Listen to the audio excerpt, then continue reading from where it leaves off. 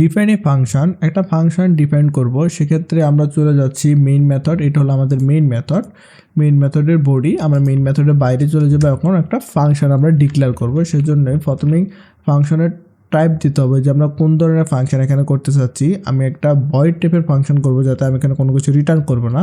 সেক্ষেত্রে আমি প্রথমে উল্লেখ করতে হবে return type.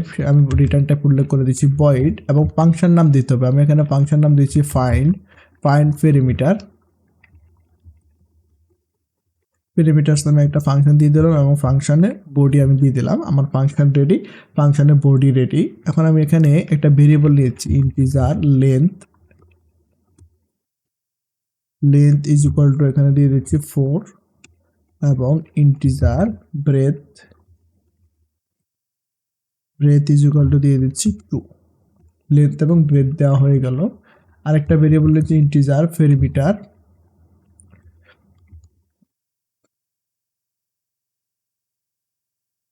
Perimeter is, perimeter আমরা কি দেব, integer perimeter is equal to 2 into, আমরা এখানে লেন্থ এবং ব্রেথটাকে লেন্থ প্লাস ব্রেথ এখানে আমরা দিয়ে দিলাম, এবং সেমিকোলন। আমরা এখানে কি করলাম, পেরিমিটার নামে আরেকটা ভেরিয়েবল নিয়েছি, তার মধ্যে 2 ইন্টু লেন্থ এবং ব্রেথটাকে যোগ করে রেখেছি। এটাকে আমরা ব্র্যাকেটের ভিতরে দিলে আরেকটু সুন্দর হয়। ব্র্যাকেটের ভিতরে আমরা এখানে দিয়ে দিলাম। এখন আমরা এটাকে প্রিন্ট করব। প্রিন্টের মধ্যে আমরা কি লিখতে পারি, দা পেরিমিটার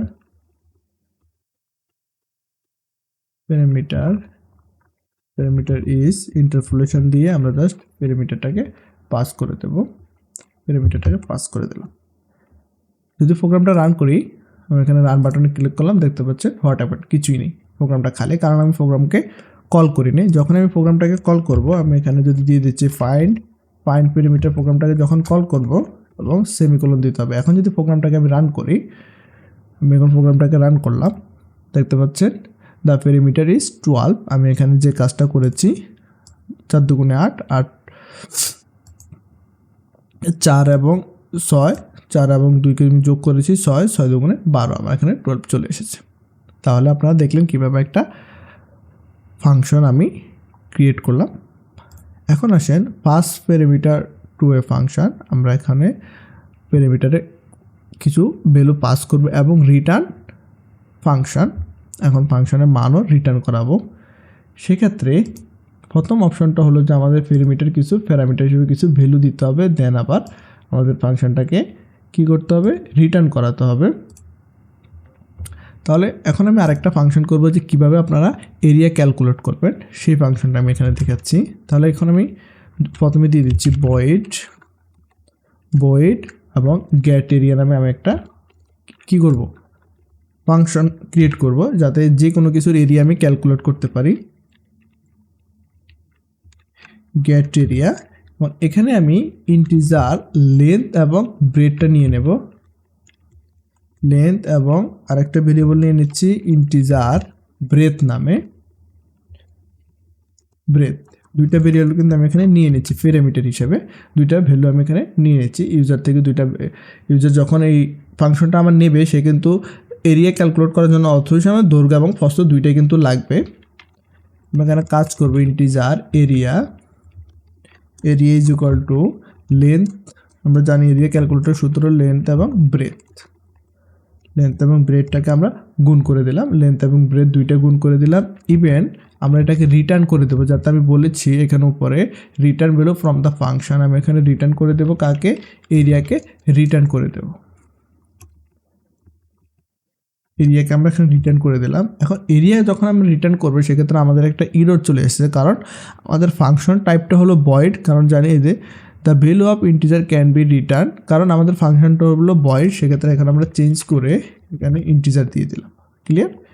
এখন সাপোজ আমি একটা টেবিলের এরিয়া বার করব, অথবা একটা ঘরের এরিয়া বের করব, সেক্ষেত্রে আমাদের বারবার প্রোগ্রামটা লেখার প্রয়োজন হতে পারে, কারণ আমি কি বারবার লিখবো, আমি জাস্ট একটা প্রোগ্রাম লিখবো কিন্তু বারবার কল করবো, এটা হলো প্রোগ্রামের ধর্ম। আমি জাস্ট এখানে গেট এরিয়া প্রোগ্রামটাকে কল করে দিলাম গেট এরিয়া। এখন গেট এরিয়া কী চাচ্ছে, আমি যখন এই প্রোগ্রামটাকে কল করলাম, গেট এরিয়া দুইটা পেরিমিটার আছে, দুইটা রিকোয়ার্ড পেরিমিটার। এই পেরিমিটার আমি লেন্থ এবং ব্রেথ দুইটা দিতে হবে। আমি লেন্থ দিয়ে দিচ্ছি, সাপোজ এখানে আমি লেন্থ দিয়ে দিচ্ছি 10 এবং ব্রেথ দিয়ে দিচ্ছি 5, মানে লেন্থ এবং ব্রেথ দিয়ে দিচ্ছি।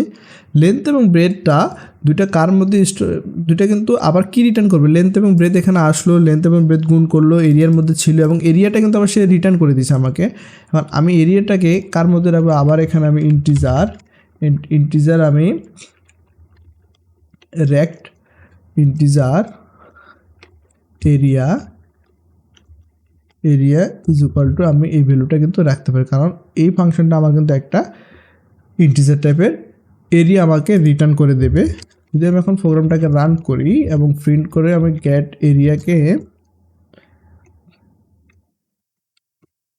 পাস করে দেব। এখন প্রোগ্রামটা রান করলে কি হচ্ছে দেখতে পাচ্ছেন, কারণ আমি এখানে 10 এবং 5 দুটো গুণ করলে 50 আমি এখানে এরিয়া ক্যালকুলেট করতে পারছি। এখন সাপোজ আমি এই এরিয়াটা আবারও ক্যালকুলেট করব, আমি এখন একটা টেবিলের এরিয়া বাইর করব, সেক্ষেত্রে আমি জাস্ট এখানে গেট এরিয়া ফাংশনটাকে কল করব। এখন আমি দিচ্ছি 50, সাপোজ এখানে দিয়ে দিচ্ছি আমি